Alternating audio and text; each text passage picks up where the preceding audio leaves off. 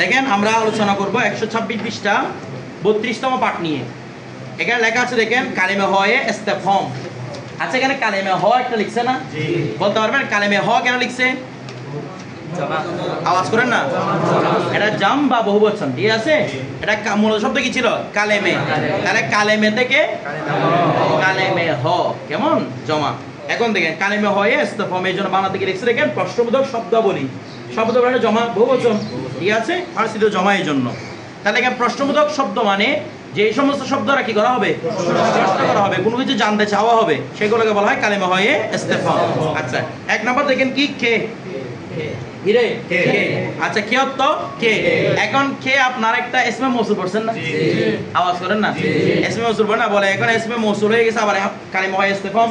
কোনটাকে আমরা বুঝবো? এটা আপনাকে অর্থই বলে দিবে, বাক্যের অর্থে বলে দিবে। কারণ এখানে কে অর্থ কি রে? কে। ইসমে মৌসুলে কে অর্থ কি কে ছিল না যে ছিল? আর ওই ইসমে মৌসুলটা আসবে দুইটা বাক্যের মাঝখানে, এই কেটা আসবে বাক্য শুরুতে, এর আগে কোনো বাক্য থাকবে না। এখানে যেটা কালেমে হয় ইস্তেফহামের মধ্যে যে কে আছে এর আগে কোনো বাক্য থাকবে না, এটাই কি শুরু, বাক্য দিয়ে এটা দিয়ে শুরু। কথাটা বুঝে গেছে? কে মানে যখন কি হবে? কে। আচ্ছা এরপর চুন। চুন মানে কেমন? চুন মানে এই চুন এটা অনেক রকমের অর্থ হয়।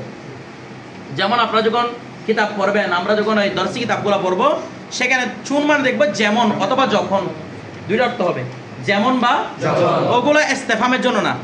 চুনের কয়েক রকম ব্যবহার আছে, কিছু আছে প্রশ্ন করার জন্য, কিছু আছে প্রশ্ন ছাড়া। যখন চুনটা প্রশ্ন করার জন্য আসবে না, অর্থাৎ চুনটা যখন ইস্তেফহামের জন্য আসবে না, তখন এটা অর্থ কয়টা হবে? দুইটা, যেমন অথবা যখন। যেমন অথবা মনে থাকবে কখন? এটা যখন প্রশ্নের জন্য আসবে না, আর যখন প্রশ্নের জন্য আসবে চুন অর্থ কি হবে? কেমন। আচ্ছা এরপর দেখেন তারপর ছে। ছে মানে কি? এটা ইসমে মৌসুলে ছিল কি না? সেম কথা। কি যখন এটা ইসমে মৌসুল হবে তখন দুটো বাক্যের মাঝখানে আসবে, আর যে ইস্তেফহাম হয় একটা শুরু থাকবে। কথাটা বুঝে গেছে? আচ্ছা এরপর দেখেন তারপর দেখেন এরপর বলছে ছে গুণে। কি লিখছে? ছে গুণে। ছে গুণে মানেও কেমন, ছে গুণে মানে কি কেমন। আচ্ছা তারপর লিখছে কুজো। কুজো মানে কোথায়। কুজো মানে ওই যে আমরা বলি তু কুজা মান কোথায় বলে না, মানে আপনি কোথায়। এখানে দেখেন ফার্স্ট শব্দ তু কুজো। তু এটা জামিন না, তু মানে তুমি বা আপনি, ঠিক আছে? তাহলে আপনি কুজো কোথায়, আপনি কোথায়, মান আমি কুজো কোথায়, মানে আপনার শান কোথায় আর আমার শান কোথায়। কথাটা বুঝে গেছে? তু কুজো মান কুজো ফার্স্ট শব্দ কুজো। এরপরে চেতর। চেতর মানে কেমন। চেতর, চেতর মানে কেমন। এরপরে চাঁদ। চাঁদ মানে কত, ঠিক আছে? এরপরে দেখেন চাঁদ মানে কত। তারপর দেখেন এমনি দেখেন চাঁদ মানে লিখছে কত, এটা যখন প্রশ্ন করার জন্য আসবে। আবার অনেক সময় চাঁদ প্রশ্ন ছাড়া আসবে। চাঁদ অনেক সময় কি আসবে? তখন অর্থ হবে কয়েক, মানে এত ধরনের, কয়েক ধরনের, এভাবে বলি না। এই কয়েক অর্থটা দিবে কখন? চাঁদ যখন প্রশ্ন ছাড়া আসবে, মানে প্রশ্নের জন্য আসবে না, তখন এই চাঁদ অর্থ কি হবে? কয়েক, ঠিক আছে? কয়েকটি, কয়েক রকম, এভাবে অর্থ দিবে, ঠিক আছে? আর যখন প্রশ্ন করার জন্য আসবে তখন কি হবে? কত। এরপর দেখেন চেওয়াক, ছে মৌকা কি। চেওয়াক, ছে মৌকা কি, এগুলোর অর্থ হবে, এগুলো অর্থ হবে কখন, এগুলো কি হবে? কখন। এরপর দেখেন বারোয়েছি, বারোয়েছে, চেরো, এগুলো অর্থ হচ্ছে কেন, ঠিক আছে? বারোয়েছি, বারোয়েছে, তারপর কি চেরো, এগুলো অর্থ কি কেন। এরপরে কুদম। কুদম মানে কোন, আমরা মানে কোনটি, এটা কোনটি এভাবে বলি না, কোন আর কি, ঠিক আছে? এরপর অয়। অয় মানে কি? অয় মানে দেখেন এটা হচ্ছে অয়, আর যেটা নেতার মধ্যে ছিল এটা হচ্ছে আয়। বেশ আছে না? এটার মধ্যে আলিফে মামদুদে, ওটার মধ্যে আলিফে মামদুদে ছিল না। আচ্ছা এরপরে তারপর চান্ত চেকাদার। চান্ত চেকাদার মানে হচ্ছে কি কত। এগুলাই মূলত প্রশ্ন করার জন্য ব্যবহৃত হয়, ঠিক আছে? যেমন দেখেন আমরা পরবর্তী কিছু মেসাল দেখি। দেখেন বলা হচ্ছে অয় দনেশজু হাস্তি। তাহলে অয় মানে আমরা বলছিলাম কি, তাহলে অয় দনেশজু হাস্তি, তুমি কি ছাত্র, তুমি কি ছাত্র। আমরা তো এখনো বাক্য বানানোর নিয়ম দেখি নাই, তাই না? আগে নিয়মগুলো শিখবো, এরপর বাক্য বানাবো আমরা। এরপর চেতুর হাস্তি, তুমি কেমন আছো, আবার ইউ আর কি, ঠিক আছে? চেতুর হাস্তি। এরপর দেখেন চেতুর মানে কেমন না, তাহলে চেতুর হাস্তি। এরপরে তারপর দেখেন চেরো তু বে মাদ্রাসে নারাফতি। চেরো তু বে মাদ্রাসে নারাফতি, এটা হচ্ছে তুমি কেন মাদ্রাসায় যাওনি। তাহলে চেরো মানে কেন, আমরা আগে বলছিলাম। তারপর দেখেন এরপর কুজো জিন্দগি মি কুনি, তুমি কোথায় বসবাস করো। কুজো মানে কোথায়, ই আছে, তুমি কোথায় বসবাস করো। এরপর দেখেন আমরা পরবর্তী চলে যাই মুরাক্কাবে নাকিস। এখন দেখেন আমরা কিতাব থেকে না পড়ি, আমরা এখান থেকে দেখব। আমি যা বলবো তা কিতাবে পেয়ে যাবেন। দেখেন আমরা আপনাদেরকে যে চারটাকে দিছিলাম সেখানের মধ্যে ছিল মুফরাদ মুরাক্কাব। মুরাক্কাব ছিল দুই ধরনের, একটা ছিল মুরাক্কাবে তম, আরটা ছিল মুরাক্কাবে নাকিস। আমরা মুরাক্কাবে নাকিসের মধ্যে তিনটা প্রকার পড়ছিলাম, ইজাফি, তাওসিফি, আদাদি। তিনটা প্রকার মনে আছে এগুলা? আচ্ছা, প্রথমে আমরা আজকে তিনটা প্রকার নিয়ে আসলে আলোচনা করব। দেখেন একদম ইজি প্রকারগুলা খেয়াল করেন। প্রথমে আলোচনা করবে ইজাফি নিয়ে, ভালো করে বুঝবেন। আমরা যখন ফার্সিতে এগুলো বর্ণনা করে ফেলবো, উর্দুতে আমাদের কাছে এগুলো আর বর্ণনা করতে হবে না, কারণ এই কাকে বলে এগুলো সব জায়গায় কিরকম আমরা তারা বুঝেন নাই। এই যে ফার্সিতে বর্ণনা করতেছি, আমাদের না আর আরবিতে বর্ণনা করতে হবে এগুলা, না আর উর্দু দিকে বর্ণনা করতে হবে, শুধু এরপরে কায়দা শিখাবো। কারণ সংজ্ঞা যেখানে চলে গেছে, সংজ্ঞা সব জায়গায় কিরকম, আরবি বলেন, ফার্সি বলেন, উর্দু বলেন, সব জায়গায় সংজ্ঞা কি একই রকম। এখন দেখেন ইজাফি নিয়ে আমরা আলোচনা করতে যাচ্ছি। দেখেন ইজাফি, এটার নাম হচ্ছে মুরাক্কাব ইজাফি না? মুরাক্কাব মানে কি বলেছিলাম? ইজাফি বলছে না, এটা হবে সম্বন্ধবাচক যৌগিক।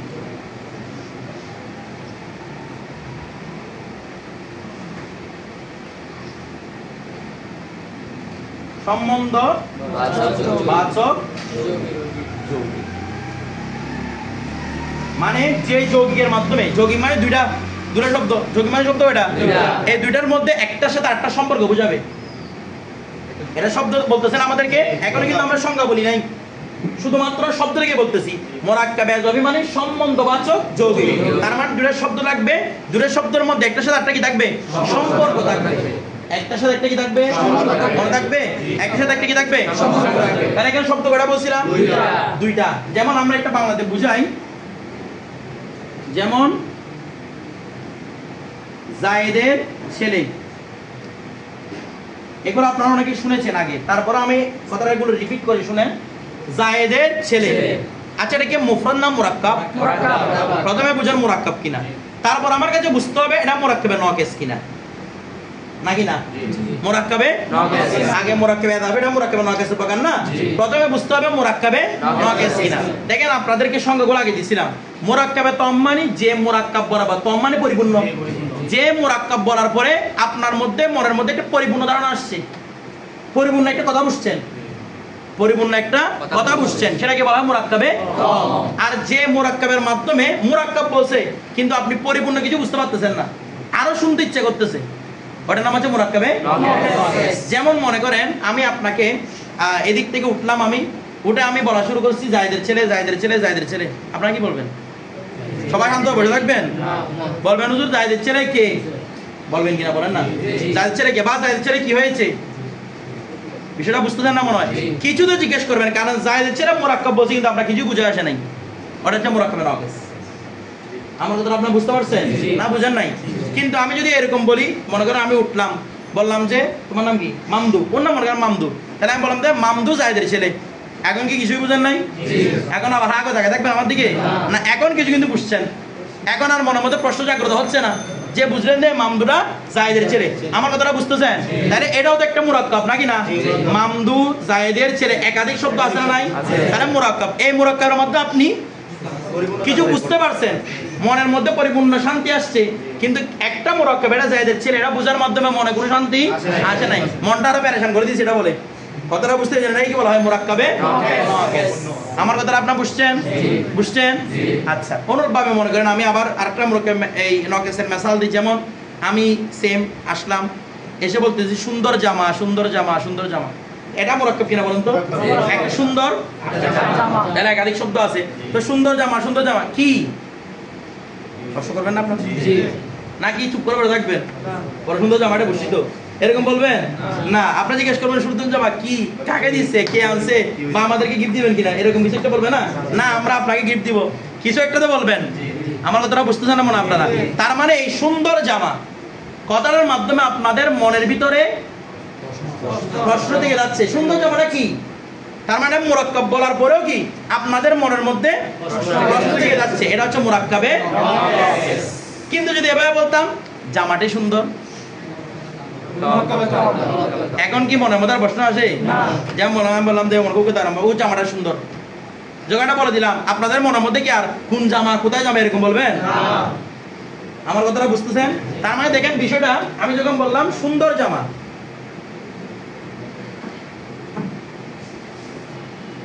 এটা দ্বারা কি পরিপূর্ণ কিছু বোঝা যায়? আওয়াজ করেন না।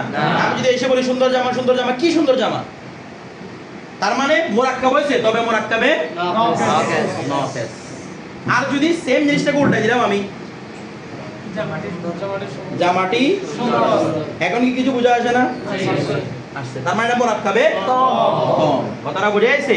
তাহলে আপনি যদি কোনো কিছু বুঝতে পারেন মুরাক্কাবে তম হবে, না বুঝতে পারলে মুরাক্কাবে নকেস হবে। বিষয়টা বুঝতেছেন? আচ্ছা দেখেন এবার, তাহলে মুরাক্কাবে আযফি মানে আমরা কি বলেছিলাম? সম্বন্ধবাচক যৌগিক। তাহলে একটু আগে বলেছিলাম এই যে আমরা তো এতক্ষণ ধরে অনেকগুলো মেসাল দিছিলাম যে জায়েদের ছেলে, তাহলে দেখেন তো এটা মুরাক্কাবে নকেস কিনা প্রথমে বুঝুন তো। কেমনে মুরাক্কাবে নকেস? জায়েদের ছেলে কি হয়েছে? জায়েদের ছেলে কি হয়েছে এটা আমরা বুঝতেছি না, তার মানে মুরাক্কাবে নকেস। এবার আসেন মুরাক্কাবে নকেসটা বুঝলাম, তো মুরাক্কাবে আযাফিটা মুরাক্কাবে নকেসের প্রকার না? আওয়াজ করেন না। মুরাক্কাবে নকেসের প্রকার না? এখন আমার কাছে মুরাক্কাবে আযাফিটা প্রমাণ করতে হবে। দেখেন জায়েদের ছেলে, এই দুইটা বাক্যের মধ্যে একজনের সাথে একজনের সম্পর্ক আছে কি না? এটা যে একটা যৌগিক, একজনের সাথে একজন সম্পর্ক আছে না? জায়েদ হচ্ছে বাবা, ছেলে হচ্ছে তার সন্তান, তাহলে সম্পর্ক আছে না? আছে। অনুভাবে আমি যদি দেখি, দেখেন আমার হইছে আমার কলম, কলমের সাথে কি আমার সম্পর্ক নাই? যে কলমের মালিক আমি, কলমটা আমার মাল, সম্পদ। আমার কথা আপনারা বুঝতেছেন? কলমের মালিক আমি, তাহলে এগুলোর মধ্যে সম্পর্ক বোঝাচ্ছে কিনা? তাহলে যদি সম্পর্ক বোঝাচ্ছে তার মানে মুরাক্কাবে আযাফি নাম ঠিক আছে, নামটা ঠিক আছে না? সম্বন্ধবাচক বিশেষ যৌগিক, কারণ এখানে কি দেখতেছি আমরা? সম্পর্ক দেখতেছি। আপনারা সবাই বুঝছেন? আচ্ছা এবার যদি সম্বন্ধ বুঝে থাকি আমরা একটাবার বুঝবো। দেখেন তাহলে মুরাক্কাবে আযাফি কাকে বলবো? যদি মুরাক্কাবে আযাফির মধ্যে শব্দ কয়টা থাকবে? দুইটা বা দুইয়ের অধিক, একাধিক শব্দ। যদি একটি শব্দ আরেকটি শব্দের সাথে সম্পর্কিত বোঝায় সেটাকে বলা হবে মুরাক্কাবে আযাফি। যে মুরাক্কাবের মধ্যে, এটা মুরাক্কাবে আযাফিটা মুফরাদ না মুরাক্কাব? তাহলে যে মুরাক্কাবের মধ্যে একটি শব্দের সাথে আরেকটি শব্দের সম্পর্ক বোঝাবে সেটাকে কি বলা হয়? সংজ্ঞাটা বুঝতে পারছেন? সবাই বুঝতে পারছেন? আচ্ছা এখন আসেন এবার চেনার টেকনিক। সংজ্ঞাও বুঝলাম, শব্দার্থ বুঝলাম, চেনার টেকনিক। দেখেন যখন মুরাক্কাবে আযাফি বলা হবে, বারবার খেয়াল করবেন এদিকে সবাই, যখন মুরাক্কাবে আযাফি বলা হবে বাংলাতে দুই শব্দের মাঝখানে একটা র দেখবেন। কি দেখবেন? যেমন জায়েদের ছেলে, জায়েদ একটা নাম, ছেলে একটা শব্দ, মাঝখানে একটা র দেখা যাচ্ছে কিনা অতিরিক্ত? এই রটাই বোঝাচ্ছে এটা মুরাক্কাবে আযাফি হয়েছে। কথাটা বুঝেন নাই? রটাই দেখা যাচ্ছে কি মুরাক্কাবে আযাফি হয়েছে। আমার কলম শব্দ ছিল মূলত আমি, নাকি না? আমির কলম এরকম বলবো? আমার কলম, তাহলে মূলত ছিল আমি। তাহলে আমি শব্দ ছিল আমি, দিয়েছিল কলম, একটা র অতিরিক্ত আসছে না? তার মানে র দেখা মানে কি এটা মুরাক্কাবে। সবাই বুঝছেন? এটা হচ্ছে সহজ টেকনিক।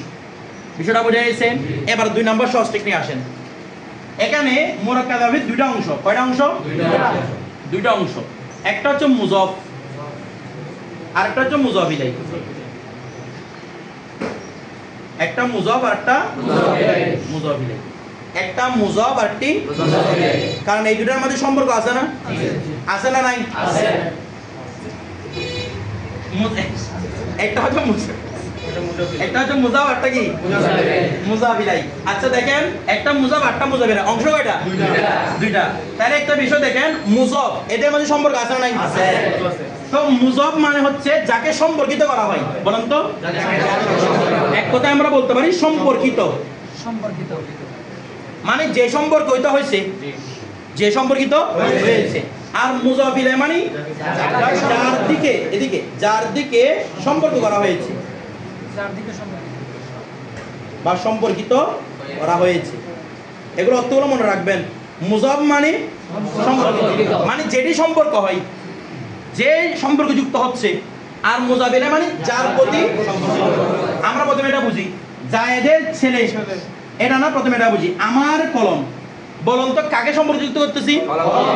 নাকি আমাকে? দেখেন সম্পর্ক যুক্ত কেন করে, কথা আছে না? দেখেন আমাদের একটা উর্দুতে একটা কথা প্রবাদ আছে, নিসবত সে আজমত মিলতি হে।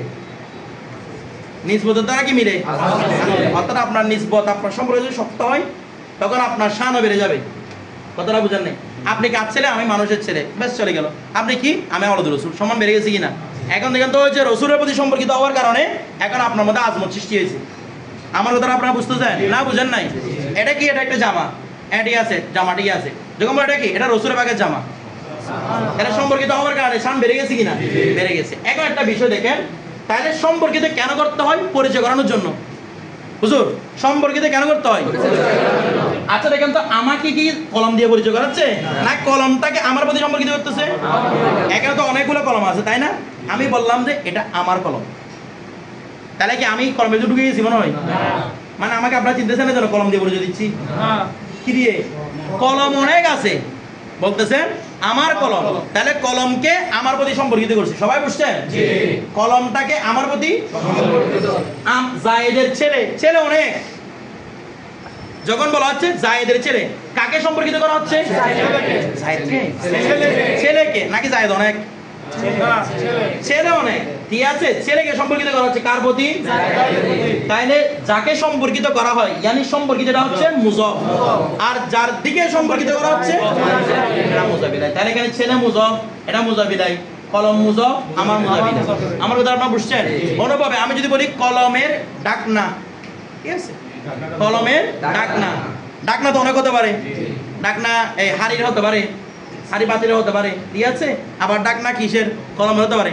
ডাকনা কলমের, ইয়ানি কলমের ডাকনা। বলুন তো মুজাফকে ডাকনা, এটাকে সম্পর্কিত করা হচ্ছে কার প্রতি? কলমটা হচ্ছে। বিষয়টা বুঝা গেছে? এই সংজ্ঞা যদি বুঝেন আপনার জন্য উর্দু আসান হয়ে গেছে, আরবি আসান হয়ে গেছে। আরবি সেম এইভাবে, কথাটা ইংরেজিও আসান হয়ে গেছে। ইংরেজির মধ্যে পজিটিভ কেস বলে, একই কথা, কথাটা বুঝতেছেন? এগুলো সব একই রকম। এই জিনিসটা বোঝা গেছে? আচ্ছা, এবার একটা সহজ টেকনিক বুঝেন। হ্যাঁ, এতক্ষণ তো আমরা বুঝাইলাম যে মুজাফ কোনটা, মুজাবিলে কেন। আপনি বলবেন যে এখন হুজুর এগুলো চিন্তা করতে হতো, আমার মুজাফ মুজাফ ধরতে 12 বাজে যাবে। 12টা বাজবে না। একটা সহজ নিয়ম শিখে রাখেন, বাংলাতে যার সাথে র থাকবে, বাংলাতে যার সাথে একটু লিখে রাখবেন, বাংলাতে যার সাথে র থাকবে 100% এটা মুজাবিলে হবে। বাংলাতে যার সাথে চোখ বন্ধ করে কি বলবেন? এখানে মুজাবিলে কোনটা? এখানে যার সাথে রটা থাকবে সেই মুজাবিলে, সে মুজাফ না, সে। আমি যে বলি কিতাবের পৃষ্ঠা, কিতাবটা মুজাবিলাই, এখানে চিন্তা করার দরকার নাই, র পাইছেন বাস, এটা মুজাবিলাই। আমার কথাটা বুঝতেছেন না? বুঝেন নাই? সবাই বুঝছেন? আচ্ছা, এখন একটা বিষয় দেখি, তাহলে এটা মুজাবিলাই, এটা কি মুজাফ, এটা মুজাবিলাই, এটা একটা মুজাবিলাই, আরটা কি হবে? আমার কথাটা বুঝছেন? এখন একটা আপনাদের বাক্য লিখে বুঝাই তো আরেকটা বিষয়।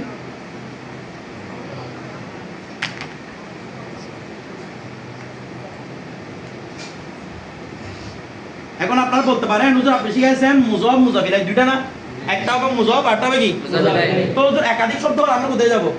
একটা মুজাফ বলবো, আরটা মুজাবিলাই, আরটাকে আল্লাহ আল্লাহ করবো। দেখেন তো, দেখেন যে আমার ছেলের কলম, দেখেন তো, একটাকে বলবো মুজাফ, আরটাকে মুজাবিলাই বলবো, আরটাকে কি বলবো? দেখেন একটা বিষয়, এখানে র কয়টা? আমরা কায়দা বলছিলাম যার সাথে র থাকবে, তো এখানে দুটা মুজাবিলাই। আমার কথাটা বুঝতেছেন? মুজাবিলা কয়টা? দুইটা হতে পারে, তিনটা হতে পারে, চারটা, 100টাও হতে পারে, কোনো সমস্যা নেই। বিষয়টা যার সাথে র থাকবে সেগুলো কি হবে? বিষয়টা বুঝে গেছে? আচ্ছা, এটাকে আমরা আরো একটু বড় করে বর্ণনা করবো যখন আমরা ফার্সিটা শিখবো তখন। এখন আমরা মূল বিষয়ে আসি। আমরা লিখেছিলাম জায়েদের ছেলে, এই বিষয়টা বুঝছেন? প্রথমে 2 অক্ষর দিয়ে দেখাই, এরপর বাকিগুলো আমরা মেসাল লিখবো। জায়েদের ছেলে। আসেন, যখন আমরা ফার্সি করবো একটা কথা মাথায় রাখতে হবে, এভাবে শিখে রাখবেন।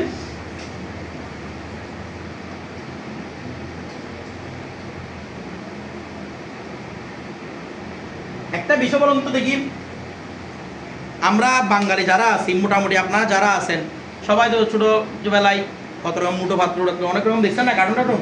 আচ্ছা, এখানে তো মূলত হিন্দিতে নাকি না? আচ্ছা, কার্টুন দেখছেন, বিভিন্ন ধরনের দেখছেন, সিরিয়াল দেখে অনেকে মেয়েরা, কতটা বুঝেন নাই?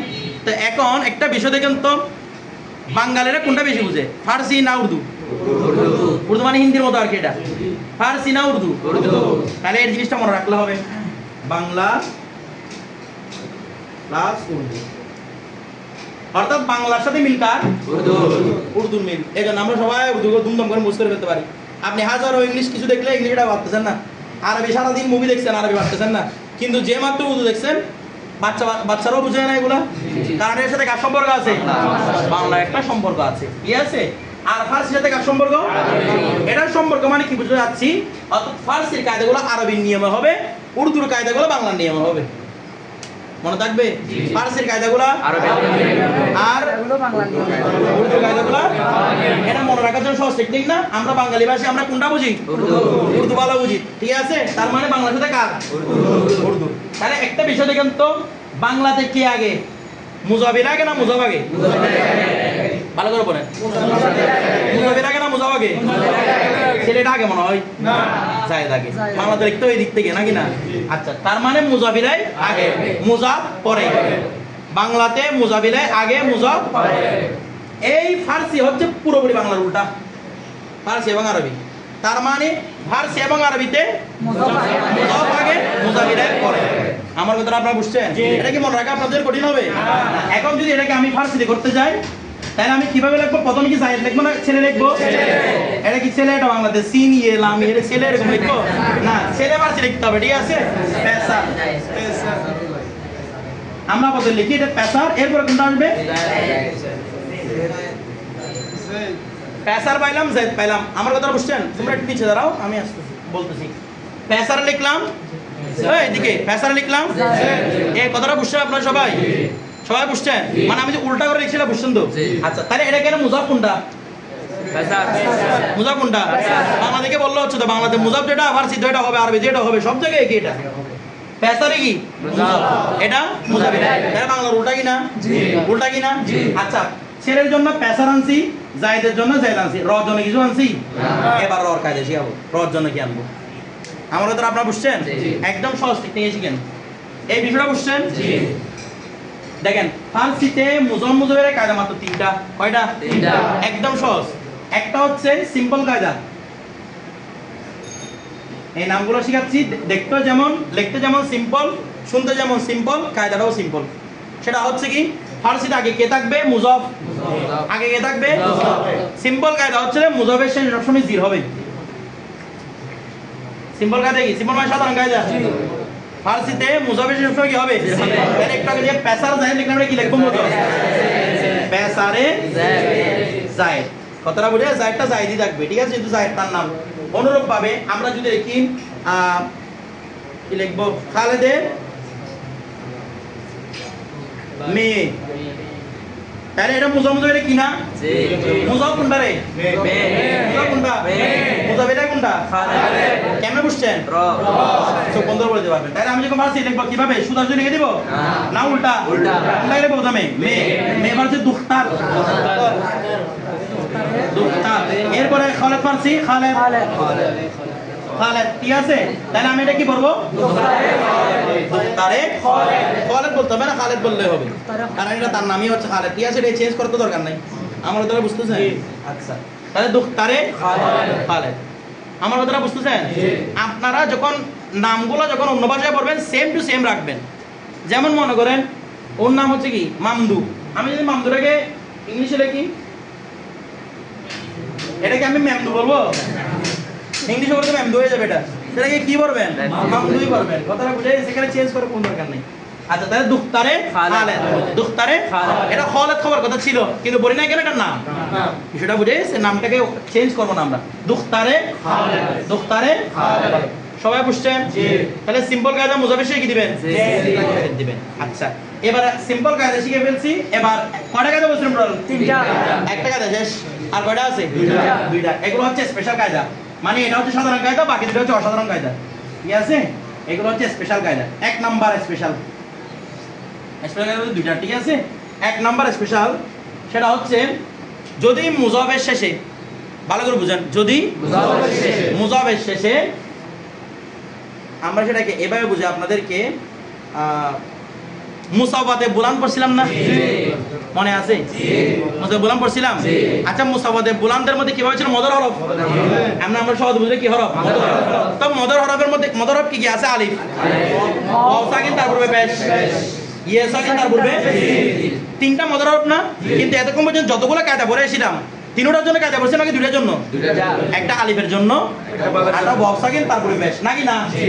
এর আগের মধ্যে যত জায়গার মধ্যে কায়দা করছিলেন মুসাফাতে বুলন্দের কায়দা করা ছিল মাত্র সেম এখানে কায়দাটা। যদি মুজাফের শেষে মুসাফাতে বুলাম থাকে, যদি মুজাফের শেষে অর্থাৎ আলিফ থাকে অথবা ওয়াও সাকিন যার পূর্বে পেশ, কার শেষে? কার শেষে? কার শেষে? বারবার মুজাফটাকে হাইলাইটে রাখবেন। কার শেষে? যদি আলিফ থাকে অথবা ওয়াও সাকিন তার পূর্বে পেশ থাকে, ওই অবস্থার মধ্যে মুজাফ মুজাফের মাঝখানে আমরা একটা ইয়ে আনবো, ইয়ে নিচে জের হবে, মানে জির যুক্ত ইয়ে আনবো। কি যুক্ত ইয়ে? মনে থাকবে কি যুক্ত ইয়ে? জির যুক্ত ইয়ে। এবার একটা আমরা উদাহরণ দেখি, যেমন আমরা বাংলাতে লিখলাম আমার খুদা, আমার বলতে না মুজামুজারি কিনা? আমি যখন ফার্সি লিখবো উল্টা লিখবো না বরাবর? উল্টা। তার প্রথমে উল্টা লিখবো, তার প্রথমে আমি খুদা লিখলাম, ঠিক আছে? এরপর আমার না, আমারটা বলছিল আমি, আমি ফার্সি কি মান। এখন আমি দেখেন তো মুজাফ কোনটা? মুজাফের সাথে আলিফ আছে কিনা? যদি মুজাফের সাথে আলিফ থাকে জির যুক্ত ইয়ে, তাহলে কি বলতে হবে? খুদায়ে মন কি আবার মান, খুদায়ে মান, খুদায়ে মান মানে আমার খুদা, ঠিক আছে? আমার রসুল না, রসুলের খুদা, রসুলের খুদা, রসুলের খুদা, ঠিক আছে? উল্টা করে দিবেন আর কি, বিষয়টা বুঝে গেছে?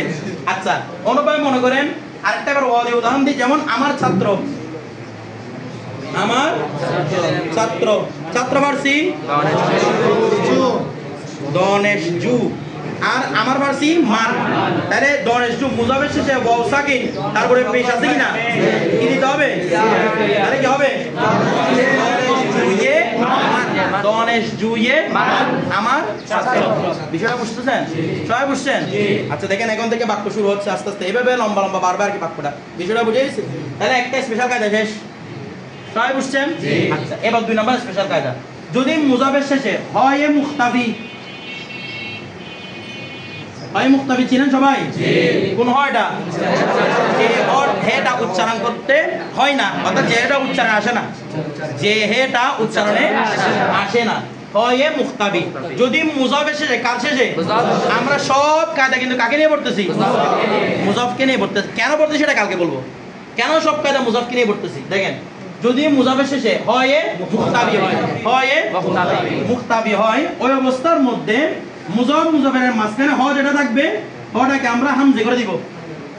হটাকে করে দিব, হটাকে হামজা করে নিয়ে কিরকম? হর উপর হামজা তুলে দিবেন, অথবা হর পরে এভাবে, হর পরে জির যুক্ত ইয়ে, দুইটাই জায়েজ আছে। আবার বলতেছি, যদি মুজাফের পরে হয় মুখতাবি হয়, তাহলে আপনি চাইলে মুজাফ মুজাফের করার সময় হয় মুখতাবিটাকে কি বানিয়ে দিবেন? হামজা, অথবা হয় মুখতাবির পরে একটা জির যুক্ত ইয়ে আনবেন। যেমন আমরা একটু দেখি, আমরা এই কিসের হয় মুখতাবির উদাহরণ অনেকগুলো পড়ছিলাম না? যেমন বান্দা, যেমন আমরা বলি আল্লাহর বান্দা, আল্লাহর বান্দা, এদিকে তাকান, আল্লাহর বান্দা, এদিকে তাকান না, আল্লাহর মুজাফ মুজাফের কি না? মুজাফ কোনটা? বান্দা, ঠিক আছে? তাহলে বান্দা ভার্সি হচ্ছে বান্দে, হয় মুখতাবি না? আল্লাহ ভার্সি আল্লাহ। এখন একটা বিষয় দেখেন, এই যে বান্দা লিখলাম আমি, তাহলে মুজাফের সাথে অনুচ্ছেদ হে আছে কিনা? সেটাকে আপনি দুভাবে লিখতে পারেন, হয়তো এভাবে বান্দে আল্লাহ, বান্দে আল্লাহ, অথবা লিখতে পারেন সেম উচ্চারণ, বান্দে আল্লাহ, উচ্চারণ সেম, দুইটাই লেখার ধরন দুইটা, হয়তো হেটাকে হামজা করে দিবেন, অথবা এর পর একটা জির যুক্ত ইয়ে আনবেন, কায়দা শেষ। আর যারা মুজাফির শিখে গেছেন, মসজিদে শিখে গেছেন, কালকে মোরাক্কাবা তাওসিফি শিখাবো, এটাও সেম, এটার মতো একদম অবিকল কপি এটার। আমার কথাটা বুঝতেছেন? সবাই এটা বুঝছেন? সবাই বুঝছেন? ইনশাআল্লাহ কালকে আরেকটু লম্বা আলোচনা হবে, আর বাকি আলোচনা করবো ইনশাআল্লাহ।